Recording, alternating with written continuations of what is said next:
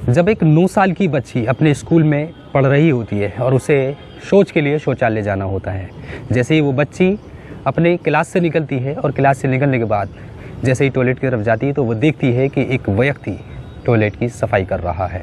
और सफाई करते समय उस व्यक्ति ने जैसे ही उस बच्ची को देखा तो उससे पूछा है कि तुम कहाँ जाना चाहती हो, जिस पर उस बच्ची ने कहा कि मैं टॉयलेट जाना चाहती हूँ। फिर जिसके बाद उस व्यक्ति ने उसे दूसरी ओर इशारा किया कि तुम उस टॉयलेट में जाओ।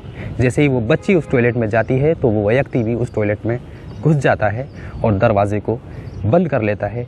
जैसे ही दरवाज़ा बंद करने के बाद उस बच्ची के मुँह को दबोच लेता है, दबा लेता है और उसके साथ गंदा काम करता है और उसके साथ दुष्कर्म करता है। यकीनन पूरी वारदात को सुनने के बाद आपकी आंखों में आंसू आ जाएंगे और आप मायूस हो जाएंगे। नमस्कार, आदाब, सत्य श्री अकाल। मैं हूं आपके साथ याह्या खान सोज़। दोस्तों, मैं बात कर रहा हूं वाराणसी के एक थाना क्षेत्र, सिगरा थाना क्षेत्र की एक जगह की, जहां पर एक परिवार रहता है।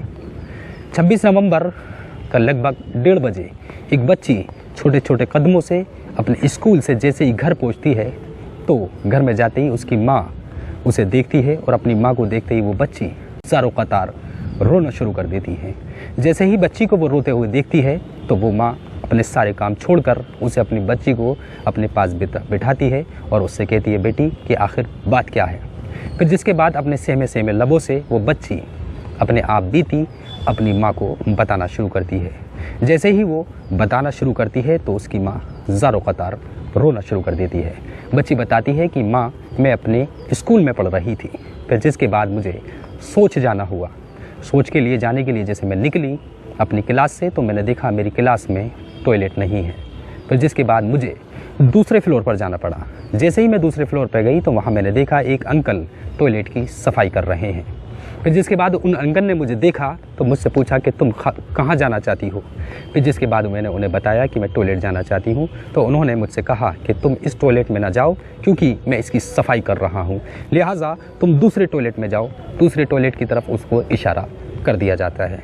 जैसे ही बच्ची बताती है कि माँ, मैं जैसे ही टॉयलेट के अंदर गई वो अंकल भी टॉयलेट के अंदर आ गए और उन्होंने दरवाजे को बंद कर लिया और मेरे मुँह को दबा लिया और मेरे साथ अजीब सी हरकत की और मेरे साथ गंदी हरकत की। जिसके बाद मैं रोती रही, तड़पती रही और मैंने उनसे कहा, अंकल मुझे जाने दो। फिर जिसके बाद उसने कहा कि मैं तुझे एक ही शर्त पर जाने दूंगा, अगर तू किसी को ये बात नहीं बताएगी। जो सब मैंने तेरे साथ किया है, अगर वो किसी को नहीं बताएगी तो फिर मैं तुम्हें जाने दूंगा। फिर जिसके बाद मैंने उससे कह दिया कि मैं किसी को नहीं बताऊंगी और मैंने पूरे स्कूल में किसी को ये बात नहीं बताई। जैसे ही माँ इन बातों को सुनती है तो उसके पैरों तले ज़मीन निकल जाती है और वो सोचने पर मजबूर हो जाती है कि आखिर मेरे नन्हे फूल के साथ ये क्या हो गया। फिर जिसके बाद ये महिला उठती है, भागी भागी अपने शौहर, अपने पति के पास जाती है और उसको सारी दास्ता बताती है, सारी बात बताती है। पति भी फ़ौरन जैसी हालत में ही वो भागा भागा स्कूल की तरफ जाता है और वहाँ पर पूछताछ करना शुरू कर देता है। वहाँ पर जैसे ही उस व्यक्ति को ढूंढता है तो व्यक्ति नहीं मिलता है, वो वहाँ से भाग चुका होता है। फिर जिसके बाद वो वहाँ पर उसका नाम पता पूछने में जुट जाता है। वहाँ पर वो सफल रहता है। उसको मालूम होता है कि वो व्यक्ति अजय कुमार उर्फ सिंकू है। फिर जिसके बाद वो उस नाम को लेकर अपने क्षेत्र के थाना में जाता है। उसका नाम को लेकर उसको एक तहरीर पुलिस को दे देता है। फिर जिसके बाद वाराणसी पुलिस भी एक अच्छा काम करते हुए फ़ौरन ही इस मामले को संज्ञान में ले लेती है और वहाँ पर करीबन 6 या 7 टीमें गठित कर देती है। फिर जिसके बाद वाराणसी पुलिस मात्र 3 घंटे के अंदर अंदर उस आरोपी को ढूंढ निकालती है और उसको गिरफ्तार कर लेती है। फिर जिसके बाद उससे पूछताछ की जाती है तो वो अपने गुनाह को, अपने जुर्म को कबूल भी कर लेता है।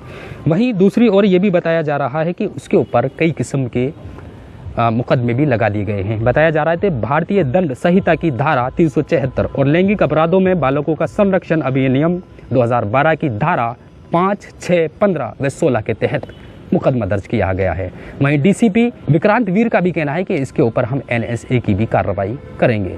दोस्तों, पहले कभी जब हम स्कूल में जाया करते थे हम देखते थे कि वहाँ पर स्कूल में एक महिला हुआ करती थी जो तमाम बच्चों का ख्याल रखती थी। अगर किसी बच्चे को या बच्ची को टॉयलेट जाना होता था वो अपने साथ लेकर जाया करती थी और फिर उसके बाद उससे टॉयलेट से उसको बच्चे को अपने साथ ही लेकर उसकी कक्षा में, उसकी क्लास में छोड़ा करती थी। कहीं ना कहीं अगर इस स्कूल में भी एक महिला होती अगर स्वीपर की बात करें तो स्वीपर भी ये सारे काम महिला भी कर सकती हैं, साफ़ सफाई महिलाएं भी कर सकती हैं। अगरचे इस स्कूल में एक महिला होती तो आज एक 9 साल की बच्ची के साथ वो सब नहीं होता जो आज उस बच्ची को दर्द महसूस करना पड़ा।